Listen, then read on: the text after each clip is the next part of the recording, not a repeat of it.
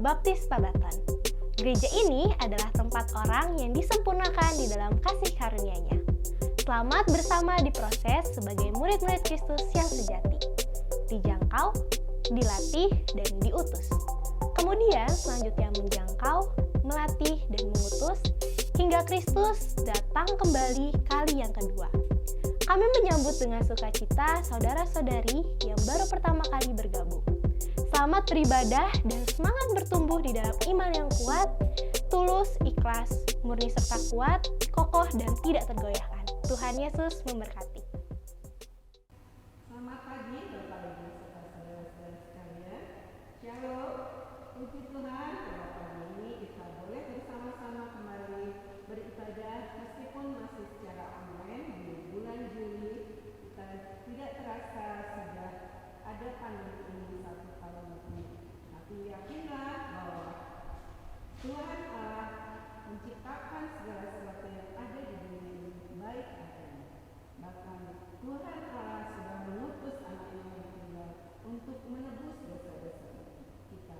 Karena itu kita terus berserah kepada Tuhan. Apapun kesulitan kita, kita hanya bersandar kepada-Nya.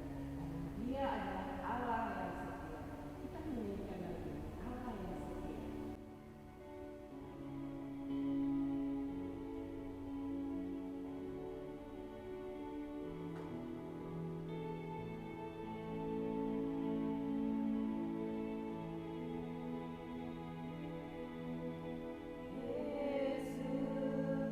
Yesus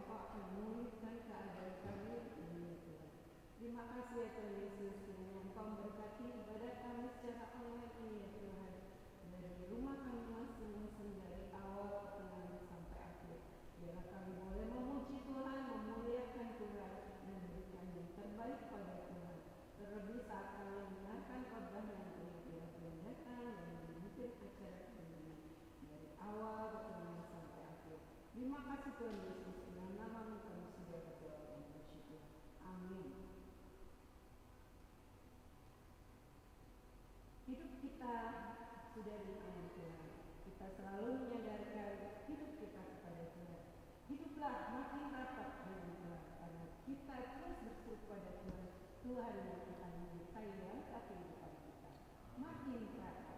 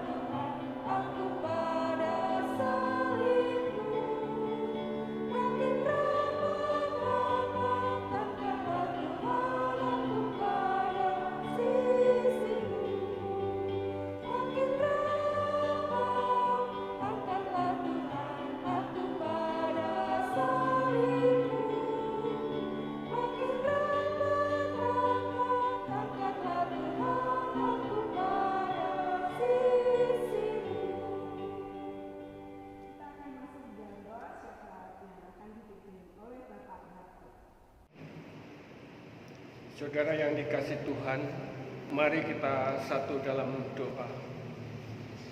Bapa yang di surga, kami ucap syukur dan terima kasih Tuhan.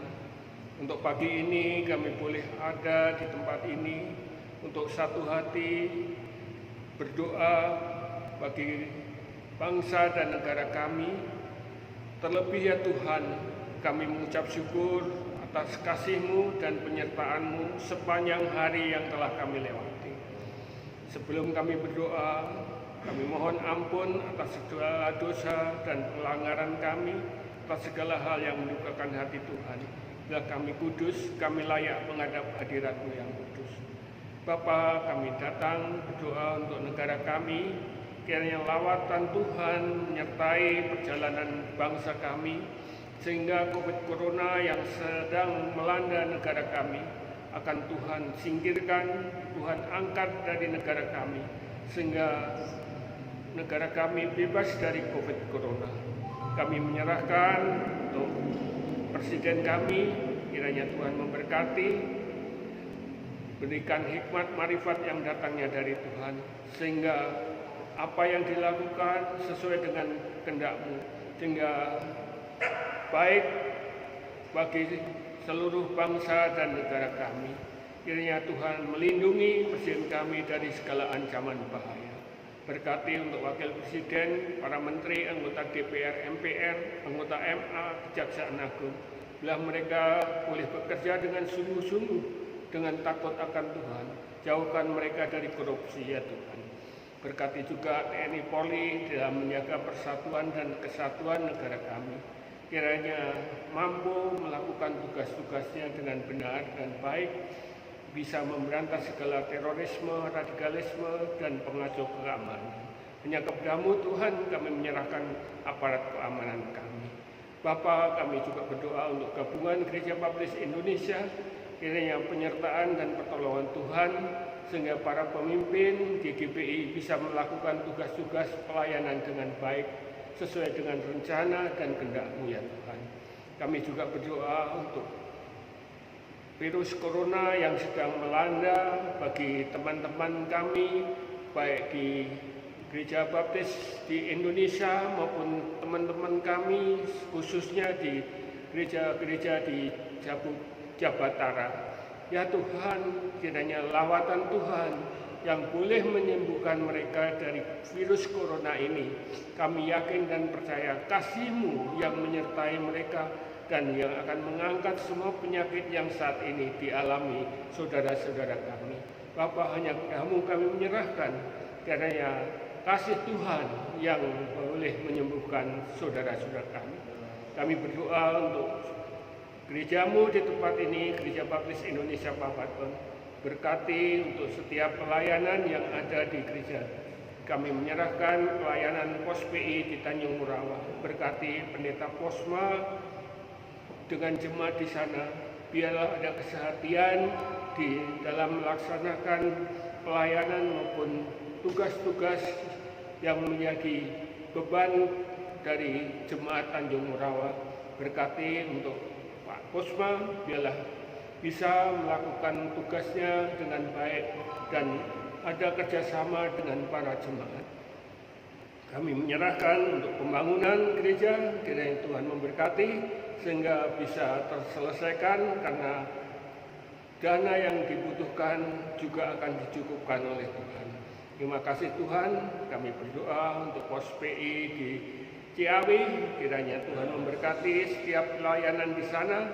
Bila Pos PI di Ciawi boleh menjadi sarana untuk boleh menjangkau jiwa-jiwa yang belum mengenal. Bapa, kami menyerahkan juga pelayanan di gereja kami dari PPI, WPI, PKMP, PKRB maupun sekolah minggu. Kiranya Tuhan memberkati sehingga pelayanan-pelayanan tersebut bisa berjalan, boleh diberkati oleh Tuhan. Terima kasih Tuhan, kami menyerahkan sebelum ini sebentar akan mendengarkan firman-Mu. Berkati Pendeta Kasta yang akan menyampaikan, urapi dengan Roh-Mu yang kudus, sehingga firman yang disampaikan sungguh datangnya dari Tuhan. Kiranya jangan biarkan hamba-Mu mengambil kemuliaan-Mu, bungkus di balik salib-Mu supaya nama Tuhan yang dipermuliakan. Bapa, kami jemaat Papaton siap untuk mendengarkan. Biarlah kuasa-Mu Roh Kudus yang menguasai pikiran hati kami. Terima kasih Tuhan, kami menyerahkan acara kami hingga akhir kebaktian ini hanya di dalam pimpinan Tuhan. Dalam nama Tuhan Yesus kami sudah berdoa dan ucap syukur. Haleluya. Amin. Kita akan masukin dalam persembahan pada pagi hari ini. Nah, persembahan kita pagi ini diambil dari Yunus pasal 2 ayat 9 yang demikian berbunyi. Tetapi aku dengan ucapan syukur akan mempersembahkan korban kepadamu, apa yang kunasarkan akan kubayar. Keselamatan adalah dari Tuhan. Mari kita berdoa. Terima kasih Tuhan Yesus untuk segala berkat yang sudah Tuhan berikan kepada kami dan sudah kami nikmati sampai hari ini. Kiranya Tuhan terus akan menolong kami untuk dapat memberikan yang terbaik kepadamu, dan persembahan maupun perpuluhan yang terkumpul biarlah dapat dipakai untuk pelayanan-Mu. Terima kasih Tuhan Yesus, berkatilah saudara-saudara kami yang sudah memberikan andil dan akan terus menolong dan berkati kami untuk memberi yang terbaik pada Tuhan. Di dalam nama Tuhan Yesus kami sudah berdoa dan bersyukur. Amin. Kita akan masuk di dalam pembacaan firman Tuhan. Nats pokok pagi ini diambil dari Wahyu 1 ayat 1 sampai 8. Akan dibacakan oleh Sini. Inilah wahyu Yesus Kristus yang dikaruniakan Allah kepadanya, supaya ditunjukkannya kepada hamba-hambanya apa yang harus segera terjadi. Dan oleh malaikatnya yang diutusnya, ia telah menyatakannya kepada hambanya Yohanes. Yohanes telah bersaksi tentang firman Allah dan tentang kesaksian yang diberikan oleh Yesus Kristus, yaitu segala sesuatu yang telah dilihatnya. Berbahagialah ia yang membacakan dan mereka yang mendengarkan kata-kata nubuat ini, dan yang menuruti apa yang ada tertulis di dalamnya, sebab waktunya sudah dekat. Dari Yohanes kepada ketujuh jemaat yang di Asia Kecil, kasih karunia dan damai sejahtera menyertai kamu dari Dia yang ada dan yang sudah ada dan yang akan datang, dan dari ketujuh roh yang ada di hadapan tahtanya. Dan dari Yesus Kristus, saksi yang setia, yang pertama bangkit dari antara orang mati dan yang berkuasa atas raja-raja bumi ini. Bagi Dia yang mengasihi kita dan yang telah melepaskannya kita dari dosa kita oleh darahnya, dan yang telah membuat kita menjadi suatu kerajaan, menjadi imam-imam bagi Allah Bapanya. Bagi Dialah kemuliaan dan kuasa sampai selama-lamanya. Lihatlah, Ia datang dengan awan-awan, dan setiap mata akan melihat Dia, juga mereka telah menikam Dia, dan semua bangsa di bumi akan meratapi Dia. Ya, amin. Aku adalah Alfa dan Omega, firman Tuhan Allah, yang ada dan yang sudah ada dan yang akan datang, yang Maha Kuasa. Jangan aku dilalui ya Tuhan, kami lemah, kami hanya mau berseru padamu. Jangan aku dilalui, aku berseru. Orang lain Tuhan sengaja, jangan berseru. Kita yang kemudian, jangan aku dilalui.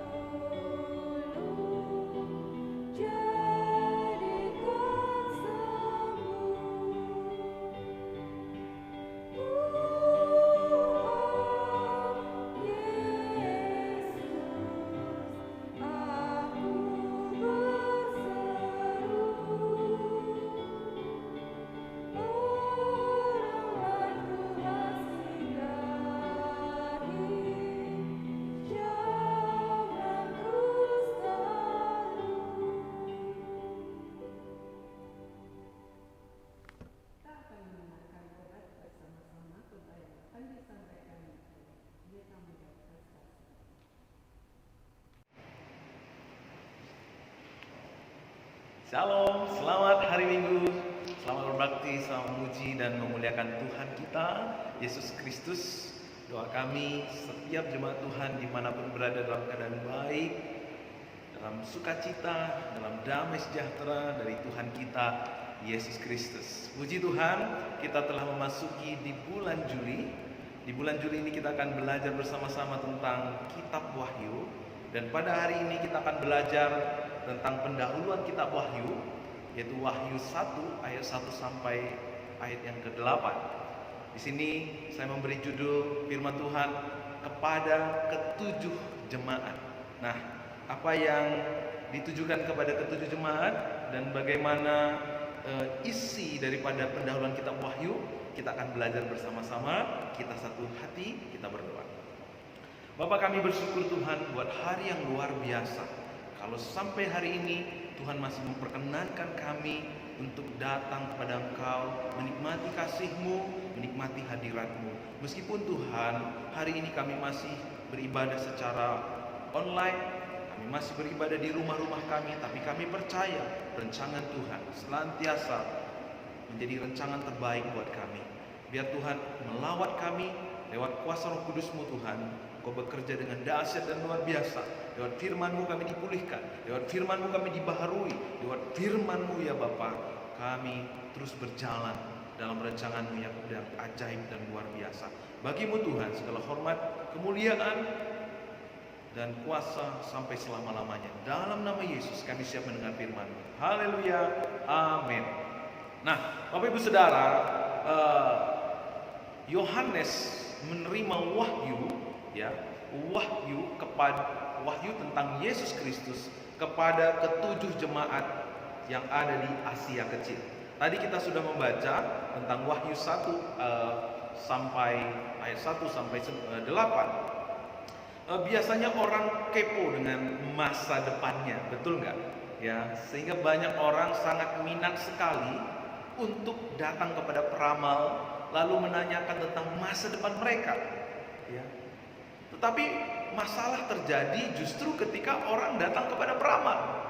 Karena waktu mereka datang kepada peramal biasanya membuat hati menjadi was-was, membuat khawatir, karena peramal selalu pasti memberikan hal-hal yang buruk di masa depan, dan kadang-kadang itu sering digunakan untuk mengambil keuntungan dari pasien-pasiennya. Nah, padahal kalau dibilang disuruh dia meramal dirinya sendiri, dia belum tentu bisa tahu tentang apa yang terjadi pada dirinya di masa-masa yang akan datang. Seperti yang terlihat di gambar ini ya, ada Mbak Yu ya, dia meramal hal-hal yang buruk tentang Indonesia. Ya, tapi ternyata ya Mbak Yu sendiri beberapa waktu kemarin sudah berpulang ya. Akhirnya ramalan-ramalan itu menuntun orang kepada sesuatu yang tidak baik. Tapi hari ini saya mau mengajak Bapak Ibu untuk melihat masa depan kita yang ada di dalam Kristus lewat kitab Wahyu. Nah, apa Wahyu Yesus Kristus? Wahyu Yesus Kristus ya, kitab Wahyu itu berbicara bukan mengenai malapetaka, bukan mengenai penganiayaan ya. Maksud saya, kitab Wahyu sering sekali kurang diminati. Buat banyak orang, kitab Wahyu itu begitu menakutkan. Ya, apakah buat Bapak Ibu selama ini kitab Wahyu menakutkan? Ya, karena orang melihat dalam kitab Wahyu itu berbicara tentang malapetaka, cawan murka Allah, penganiayaan, ya, antikris, ya. Tapi sesungguhnya kitab Wahyu ini yang utamanya bukan berbicara mengenai malapetaka, cawan murka Allah, bukan berbicara mengenai antikris yang utama, bahkan bukan mengenai surga dan neraka yang utama. Wahyu Yesus Kristus menunjukkan kepada kita siapa Yesus di zaman akhir bagi gerejanya.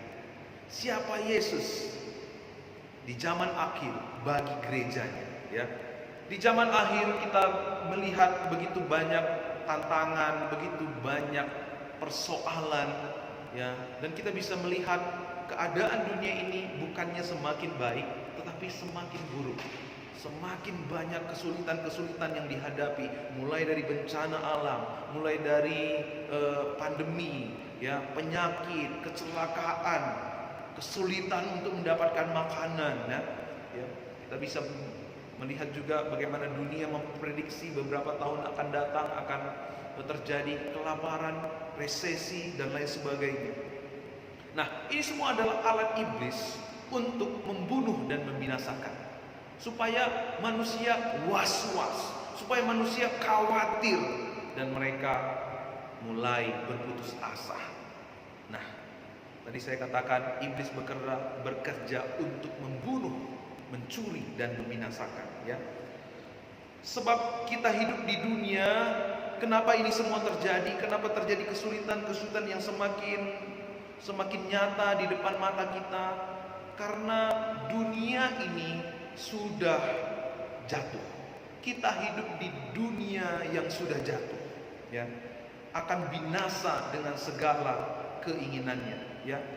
Dunia ini mengalami susah, mengalami kekacauan, mengalami kesulitan, bukan karena Tuhan menghukum dunia ini, bukan karena Tuhan marah kepada dunia ini, tetapi karena apa? Karena Allah sudah, walaupun menunjukkan kemurahan hatinya, kesabarannya, tetapi manusia lebih memilih untuk mengeraskan hatinya. Sama seperti Firaun, Tuhan Allah sudah menunjukkan kuasanya lewat 10 tulah, tetapi Firaun tetap mengeraskan hatinya. Mereka tidak mau bertobat, sehingga orang-orang yang mengeraskan hatinya, yang hatinya seperti Firaun, yang tidak mau bertobat, merekalah yang akan binasa bersama-sama dengan dunia ini. Sebab dikatakan dalam 1 Yohanes 2 ayat 17, dan dunia ini sedang lenyap dengan keinginannya, tetapi orang yang melakukan kehendak Allah ya tetap hidup selama-lamanya. Puji Tuhan. Ketika saudara dan saya hidup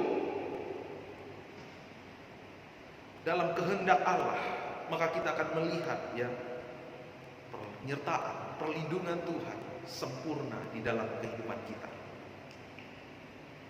Nah, apa artinya kepada ketujuh jemaat yang ada di Asia Kecil? Ya, ketujuh jemaat ini mewakili seluruh gereja di dunia di segala abad, segala zaman, dan segala tempat. Ya, pesan ini ditujukan kepada gerejanya di segala zaman dan segala tempat. Pesan ini begitu penting. Dan dikatakan di ayat yang pertama, saya bisa baca buat Bapak Ibu, inilah wahyu Yesus Kristus yang dikaruniai Allah kepadanya, supaya ditunjukkannya kepada hamba-hambanya apa yang harus segera terjadi. Dan oleh malaikatnya yang diutusnya, ia telah menyatakannya kepada hambanya Yohanes. Pewahyuan tentang akhir zaman, tentang apa yang akan terjadi di zaman akhir, hanya ditujukan kepada gerejanya. Ini adalah satu kasih karunia buat kita. Orang dunia tidak mungkin bisa tahu tentang akhir zaman, tentang zaman akhir.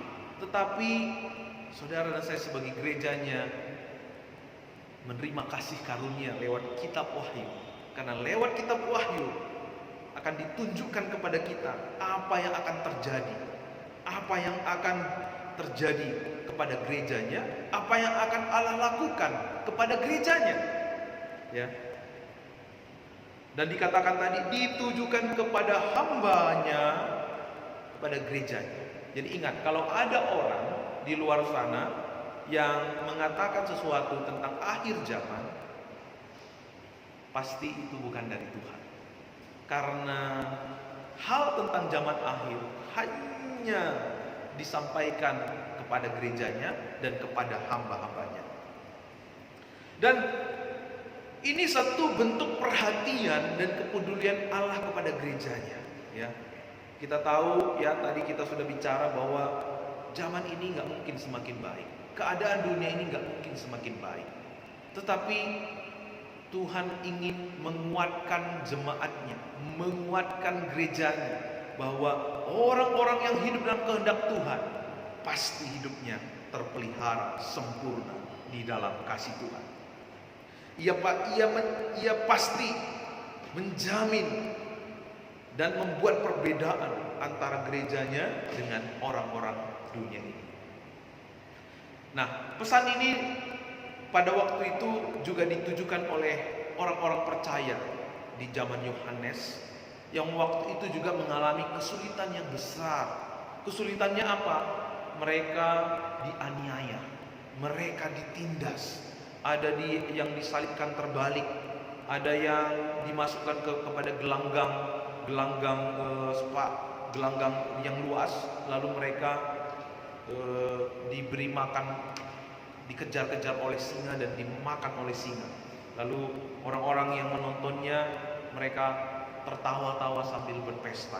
Nah, itulah kesulitan yang besar yang dialami oleh gereja pada zaman itu.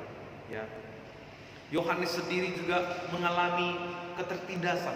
Ia dibuang ke Pulau Patmos, ya, karena beberapa kali ya Yohanes itu dicoba untuk dibunuh tetapi gagal, ya, gagal. Akhirnya dia dibuang ke Pulau Patmos.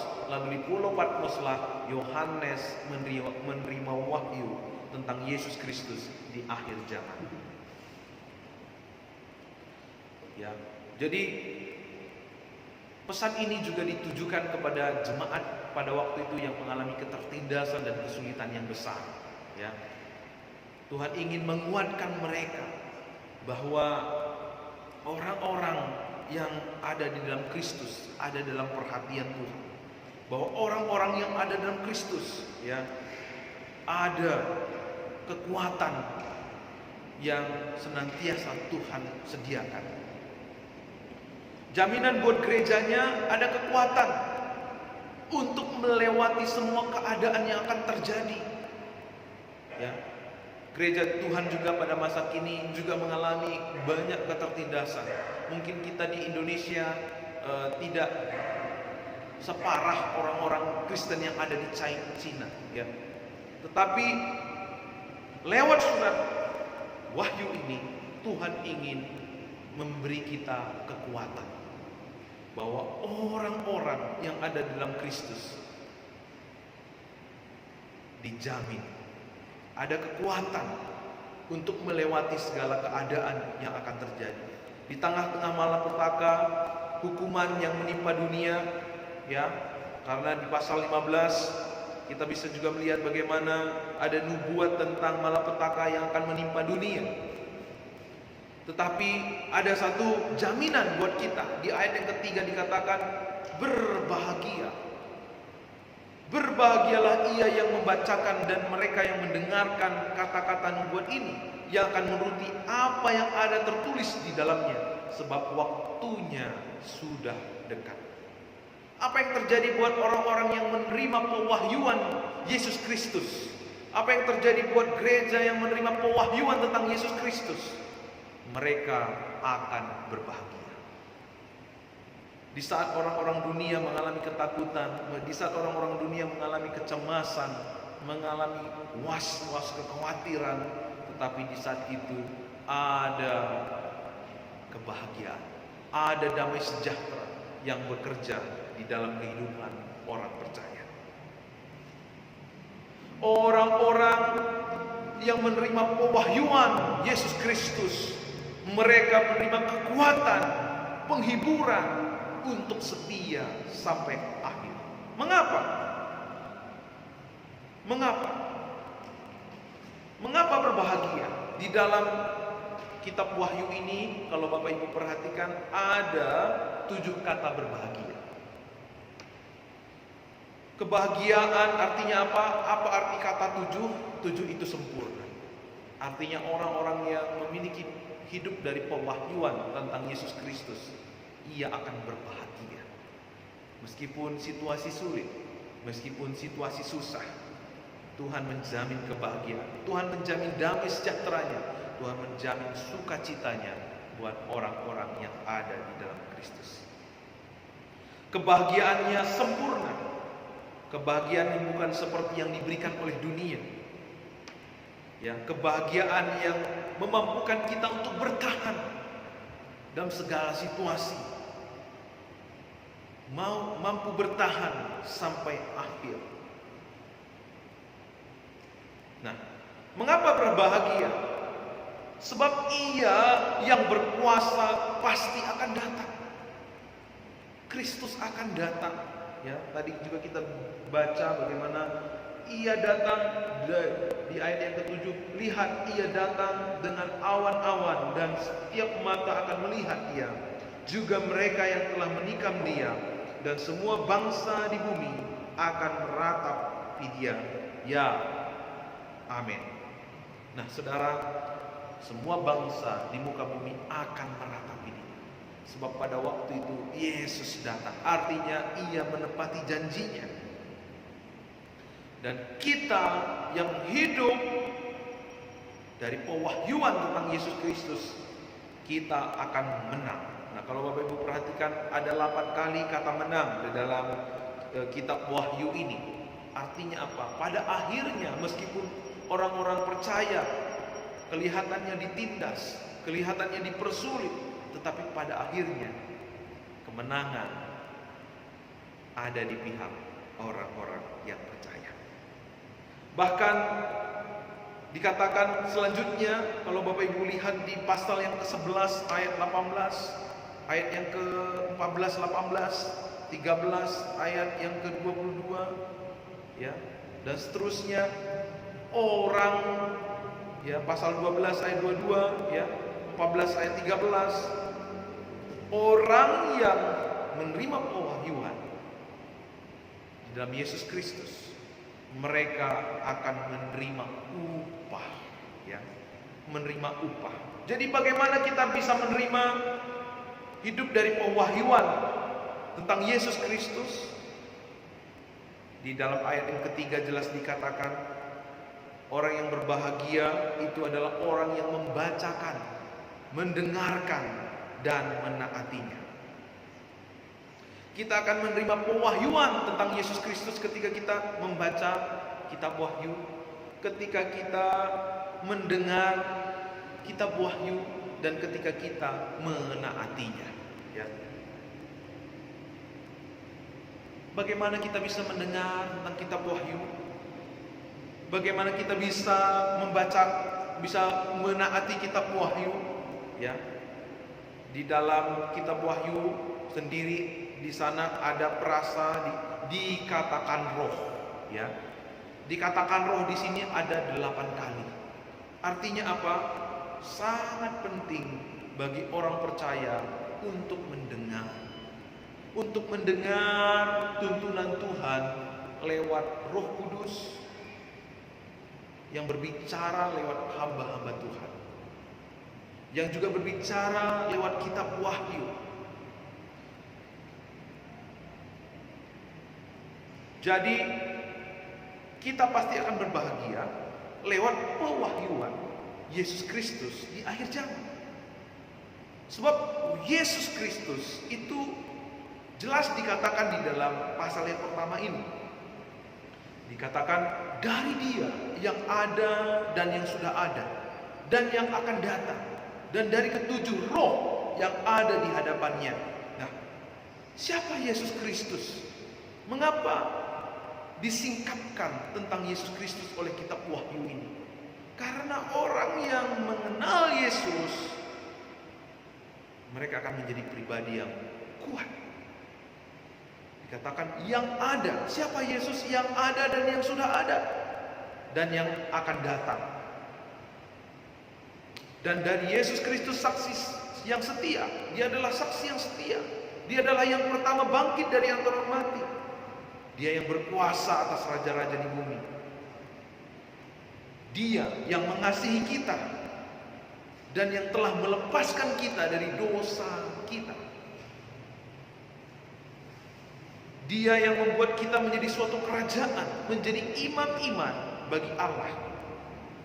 Ia datang dengan awan-awan dan setiap mata akan melihat Dia. Dan semua bangsa di muka bumi akan meratapi Dia. Dia adalah Alfa dan Omega. Nah, Bapak Ibu Saudara, kita melihat keadaan akhir zaman, ya, begitu banyak kesulitan, ya, untuk ibadah aja sulit. Mulai dari corona, ya, yang belum berhenti, gunung meletus, ya, ancaman tsunami dan lain sebagainya. Keadaan dunia tidak mungkin menjadi lebih baik. Orang-orangnya semakin cuek satu dengan yang lain, ya. Makin egois, mementingkan diri sendiri, ya.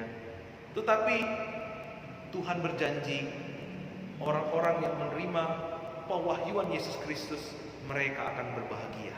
Orang-orang yang membacakan kitab Wahyu, orang-orang yang mendengarkan kitab Wahyu, orang-orang yang menaati kitab Wahyu, mereka adalah orang-orang yang pasti berbahagia. Kenapa? Tuhan sudah menjamin kemenangan. Tuhan sudah menjamin kemenangan, ya. Bahkan Dia juga menyediakan upah bagi orang-orang yang percaya. Kenapa? Dia akan menjadi perisai kita. Ada kekuatan untuk menang, seperti apa yang dikatakan kepada Abraham di dalam Kejadian 15 ayat 1. Jangan takut Abraham, akulah perisaimu. Ya, ada kekuatan buat kita untuk tidak takut menghadapi hari esok, sebab kita punya perisai. Siapa perisai kita? Dia adalah Tuhan.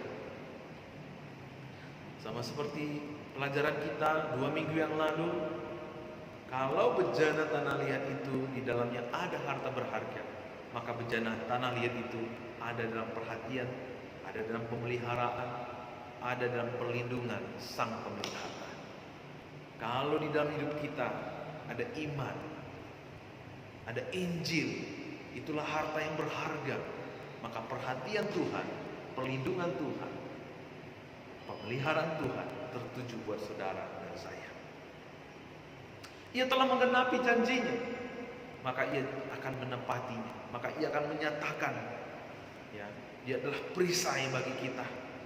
Jadi meskipun di sekeliling kita menghadapi kesulitan, ketakutan, saudara dan saya, percayalah, saudara ada dalam perlindungan Tuhan, sebab Tuhan adalah perisai kita. Ya. Gereja Tuhan tidak mungkin tidak menghadapi tantangan. Sebagai gereja Tuhan, sebagai jemaat Tuhan, kita tidak mungkin hidup tanpa tantangan. Apa yang dunia ini hadapi, kita juga pasti akan hadapi.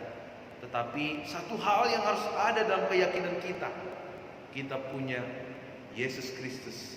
Dia adalah Alpha dan Omega. Dia yang sudah ada dan dia yang sudah datang dan yang akan datang. Dia akan menepati janjinya dalam kehidupan kita. Nah, kenapa orang percaya pasti terluput? Karena ada kasih karunia bagi orang yang menerima wahyu. Ada kasih karunia.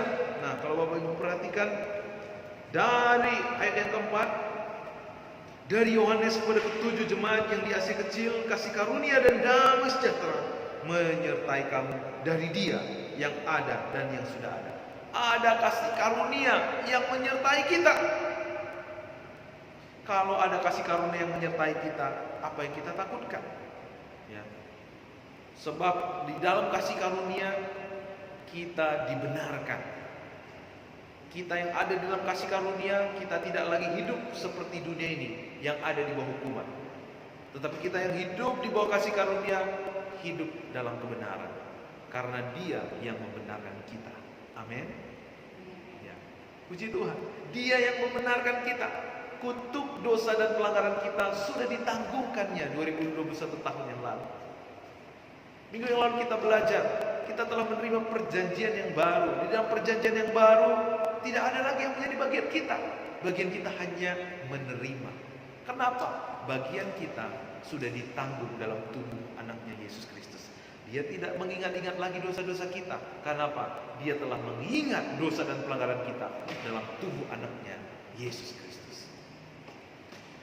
Jadi saudara dan saya yang ada dalam Yesus berani berkata, Tuhan tempat perlindunganku dan kubu pertahanan, Allahku yang mempercaya. Sungguh Dialah yang akan melepaskan aku dari jerat penangkap burung, dari penyakit sampar yang busuk. Dengan kepaknya Ia akan menundungi aku. Di bawah sayapnya aku akan terlindung. Kesetiaannya ialah perisai dan pagar tembok. Aku tidak usah takut terhadap kedahsyatan malam, terhadap panah yang terbang di waktu siang, terhadap penyakit sampar yang berjalan di dalam gelap, terhadap penyakit menular yang mengamuk di waktu petang. Walau 1000 orang rebah di sisiku dan 10 orang ribu rebah di sebelah kananku, tetapi itu tidak akan menimpaku. Tuhan Dialah tempat perlindunganku, yang Maha Tinggi telah kubuat menjadi kubu perteduhanku. Malapetaka tidak akan menimpa aku, dan tulah tidak akan mendekat kepada kemahku. Singa dan ular tedung akan kulangkahi, kakiku akan menginjak anak singa dan ular naga. Dengan panjang umur dengan panjang umur aku dikenyangkan olehnya, dan aku diperlihatkan keselamatan daripadanya. Amin. Nah, saudara, kita pasti menang. Ini janji Tuhan buat kita. Ya, di dalam tadi saya sudah katakan di dalam kitab Wahyu sendiri ada 9 kali kata menang. Ya, artinya Tuhan menjamin kemenangan bagi orang-orang yang mendengar, bagi orang-orang yang menaati, bagi orang-orang yang menerima hidup dari pewahyuan Yesus Kristus di akhir zaman. Mereka pasti menang. Mereka pasti menang. Ada 9 kali kata menang di sana. Ya, kalau kita mendengar, ya, kita pasti menang. Kita dimampukan untuk setia, sebab kemenangan sudah Tuhan jamin di atas kayu salib. Ada kemenangan saat kita hidup, ya, dari pewahyuan tentang Yesus Kristus. Ada upah yang kekal yang menanti orang-orang. Ada upah yang kekal menanti orang-orang yang hidup dari pewahyuan Yesus Kristus.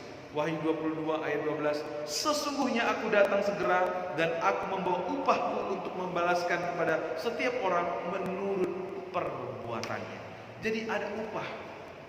Ada upah. Di dalam Wahyu 2 ayat 10 juga dikatakan, hendaklah engkau setia sampai mati dan aku akan mengaruniakan kepadamu mahkota kehidupan. Nah, saudara, kenapa kita berbahagia? Karena Tuhan pasti menjamin kemenangan buat kita. Kita pasti menang. Tuhan pasti membuat perbedaan antara umatnya dengan orang-orang dunia. Apa yang kita takutkan? Yang kedua, kenapa kita berbahagia? Dari kita membaca, merenungkan, ya, mendengarkan dan melakukan menaati kitab Wahyu, karena Ia akan memberi kita upah, ya. Karena Ia akan memberi kita upah.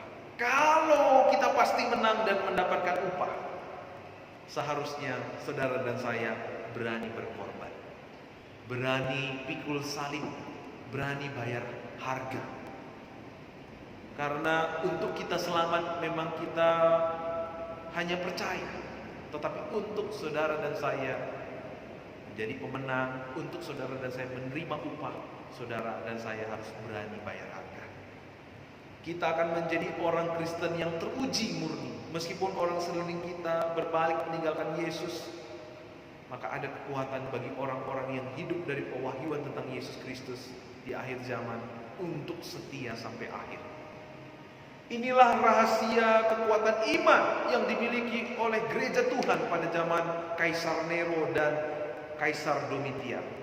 Sekalipun mereka digoreng, sekalipun mereka disalibkan terbalik, sekalipun mereka ditaruh dalam gelanggang besar, lalu singa-singa mengejar mereka, menerkam mereka, mereka tidak satupun di antara mereka yang menyangkal iman mereka. Mereka setia. Nah, inilah yang Tuhan rindukan buat setiap saudara dan saya. Tuhan mau setiap kita, jemaat Tuhan di tempat ini, hidup dari pewahyuan tentang Yesus Kristus. Kitab Wahyu ini khusus berbicara tentang pewahyuan Yesus Kristus secara lengkap di akhir zaman ini. Sehingga orang-orang yang menerima pewahyuan ini pasti mengenal Yesus. Kalau dia mengenal Yesus, maka di dalamnya ada kemurnian. Di dalamnya ada iman yang murni.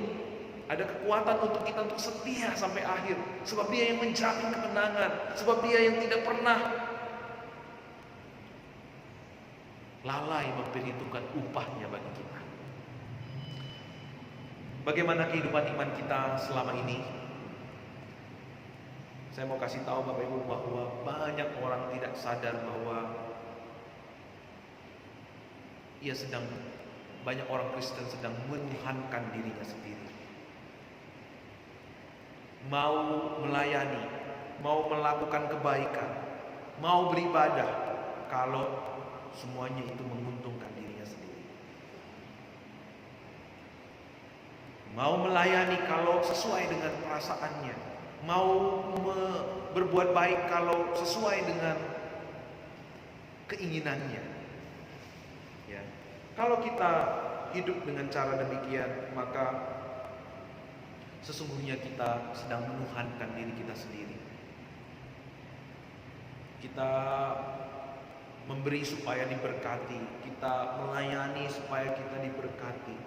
Ya, secara dunia tidak salah, tetapi motivasi kita tidak sesuai dengan apa yang kita terima lewat pewahyuan Yesus Kristus.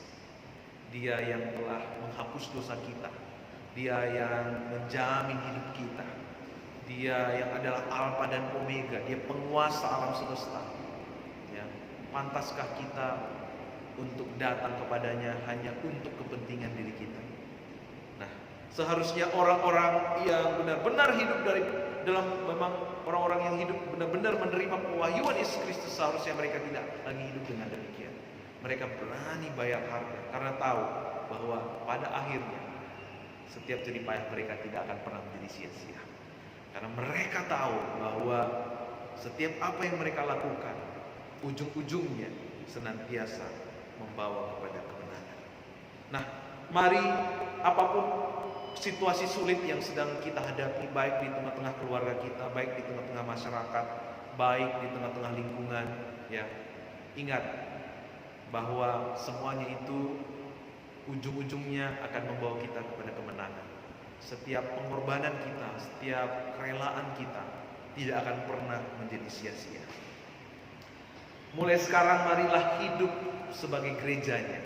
Apa artinya hidup sebagai gerejanya? Hidup sebagai gerejanya bukan hanya menjadi orang Kristen, bukan hanya menjadi anggota gereja, tetapi bangunlah kehidupan bersekutu. Masih ingat arti gereja?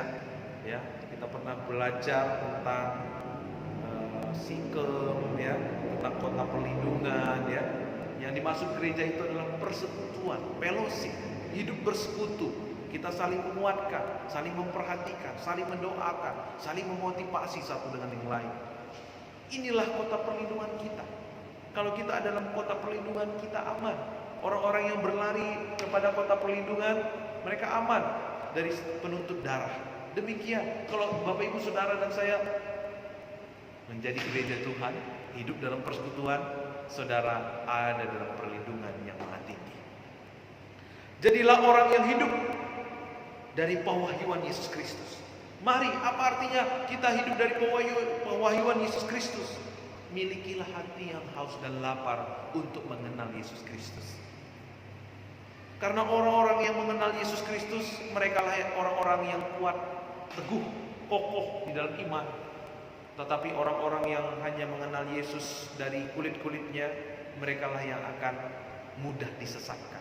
Merekalah yang mudah untuk dituntun kepada ketidakbenaran. Mari, mulai sekarang jangan sibuk bagaimana kita supaya makan, jangan sibuk bagaimana kita supaya terkenal, jangan sibuk bagaimana supaya orang baik sama kita. Sibuklah untuk mengenal Yesus Kristus. Lewat kitab Wahyu yang akan kita belajar di minggu-minggu ini, kita akan mengenal Yesus Kristus lebih dalam lagi. Karena itu mari siapkan hati kita, ya, pasti ada berkat yang luar biasa, ya. Milikilah hati yang haus dan lapar untuk selalu mau mencari, menemukan pewahyuan tentang Yesus Kristus yang sudah dituliskan dalam kitab Wahyu, ya. Ada Roh Kudus yang akan memberi kita pengertian, ya. Ada hamba Tuhan yaitu Yohanes yang telah menulis kepada kita tentang kitab Wahyu yang akan memampukan saudara dan saya melewati setiap masa-masa sulit. Jadi ingat, kitab Wahyu tidak yang utama, tema utama kitab Wahyu bukan berbicara tentang akhir zaman, bukan berbicara tentang antikris, bukan berbicara tentang malapetaka, tetapi yang utamanya kitab Wahyu berbicara tentang Yesus Kristus sendiri. Karena ketika saudara mengenal Yesus, ketika saudara memiliki pengenalan akan Yesus, saudara dan saya akan menjadi orang-orang yang berbahagia. Kita akan memiliki kekuatan, ketahanan untuk setia sampai akhir. Amin. Ya, ingat saudara dan saya adalah ketujuh jemaat itu, ya. Ketujuh jemaat itu artinya saudara dan saya ada dalam perhatian Tuhan. Apapun yang terjadi, kesulitan apapun yang terjadi di dunia saat ini, di lingkungan kita, di hidup kita saat ini, ingat, saudara dan saya ada dalam perhatian Tuhan. Amin. Mari kita berdoa. Bapa, kami bersyukur Tuhan buat firman-Mu. Biar apa yang sudah kami pelajari hari ini Tuhan, apa yang sudah kami dengar, Roh Kudus-Mu Tuhan memateraikannya dalam setiap hati kami. Bahwa Yesus Kristus, pewahyuan Yesus Kristus yang ada dalam kitab Wahyu ini adalah rahasia bagi kami untuk setia sampai akhir, untuk melihat kemenangan itu terjadi dalam hidup kami, untuk melihat hidup kami tidak akan pernah sia-sia, sebab ada upah yang tersedia buat orang-orang yang mendengar dan menaati apa yang tertulis dalam kitab Wahyu. Biar Tuhan memberikan hati yang haus bagi setiap jemaat-Mu Tuhan untuk belajar, untuk melihat, untuk menerima pewahyuan tentang Yesus Kristus. Biar kami hidup, benar-benar hidup sebagai gereja-Mu Bapa. Sebab pewahyuan itu hanya diberikan kepada gereja Tuhan. Dan hamba-Mu berdoa, biar gereja-Mu ini Tuhan menerima pewahyuan yang menjadi kekuatan buat gereja-Mu Tuhan untuk melewati setiap musim dan zaman dalam kehidupan ini. Terima kasih Bapa, hamba-Mu sudah selesai berkata-kata. Biar Tuhan yang menyempurnakan, Tuhan yang memimpin, Tuhan yang memberkati. Di dalam nama Yesus kami berdoa. Amin. Nah Bapak Ibu Saudara dimanapun berada, mari saya ajak Bapak Ibu untuk tunduk kepala, ambil waktu berdiam diri di hadapan Tuhan. Biarkan Roh Kudus berbicara. Saya secara pribadi sudah berhenti berbicara, tetapi ada Roh Kudus yang menyempurnakan firman-Nya dalam setiap hati Bapak Ibu Saudara sekalian. Mari ambil waktu untuk dipimpin oleh Roh Kudus, untuk menerima bimbingan Roh Kudus.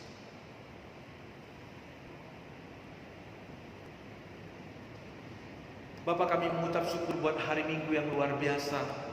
Kami percaya Tuhan, lawatan-Mu sempurna buat setiap kehidupan kami. Hamba bersyukur buat gereja-Mu ya Bapak. Di situasi seperti ini Tuhan, tetap menyempatkan diri untuk beribadah meskipun lewat online. Hamba-Mu berdoa ya Bapa, Tuhan yang menumbuhkan kembangkan iman setiap jemaat-Mu dimanapun berada ya Bapa. Berikan senantiasa hati yang haus dan lapar akan Engkau ya Bapa. Apapun pergumulan yang sedang dihadapi oleh keluarga-keluarga jemaat-Mu dimanapun berada, ya Tuhan buka jalan, Tuhan bukakan tingkap-tingkap langit ya Tuhan, supaya nyata Tuhan kasih karunia-Mu yang berlimpah-limpah atas gereja ini. Biar kemuliaan-Mu dinyatakan atas gereja ini Tuhan. Biar kekudusan-Mu meliputi gereja-Mu di tempat ini ya Bapa. Tuntunlah anak-anak-Mu dalam terang kasih-Mu ya Bapa. Jauhkan sakit penyakit, jauhkan mara bahaya, jauhkan musibah apapun itu ya Bapa. Hamba berdoa ya Tuhan, gereja ini Tuhan terus menjadi gereja yang semakin hari menjadi gereja yang menyenangkan hati Tuhan. Hamba bersyukur Tuhan buat setiap jemaat-Mu, setiap anak-anak muda, setiap bapak-bapak, setiap ibu-ibu, setiap orang tua kami ya Tuhan. Bersyukur buat kasih mereka, bersyukur buat kesehatian jemaat-Mu di tempat ini Tuhan. Bersyukur buat semangat jemaat-Mu di tempat ini ya Tuhan. Biarlah Tuhan terus menumbuh kembangkan gereja-Mu ini, sehingga banyak menuai jiwa-jiwa bagi hormat kemuliaan nama Tuhan. Terima kasih Bapa, kami serahkan kehidupan kami di sepanjang minggu ini, baik ketika ada di rumah, ketika ada di jalan, ketika ada di dimanapun berada ya Bapa. Biarlah penyertaan-Mu, perlindungan-Mu, dan pemeliharaan-Mu sempurna buat segenap jemaat-Mu Tuhan. Terima kasih Bapa, jauh dari sakit penyakit, jauh dari segala yang baik, segala yang buruk ya Bapa. Biar kebaikan-Mu saja ya Tuhan yang menyertai, yang mengikuti sepanjang umur kehidupan kami Tuhan. Terima kasih Bapa, jemaat Tuhan dimanapun berada, ibadah kita telah selesai. Mari kita arahkan hati kita, arahkan hidup kita, mengadakan tangan kita, dan terimalah berkat Tuhan. Kiranya kasih dan karunia dari Allah Bapa Tuhan kita melingkupi Engkau, dan biarlah persekutuan dengan Roh Kudus yang senantiasa menyertai jemaat Tuhan kemanapun pergi, dan damai sejahtera yang tidak berkesudah mengalir dari tempat yang maha tinggi, menuntun, menopang, dan memberi kemenangan bagi kita semua. Di dalam nama Yesus kami berdoa. Amin. Selamat hari Minggu. Selamat hari Minggu, Tuhan Yesus berkati. Amin. Kini aku percaya tiada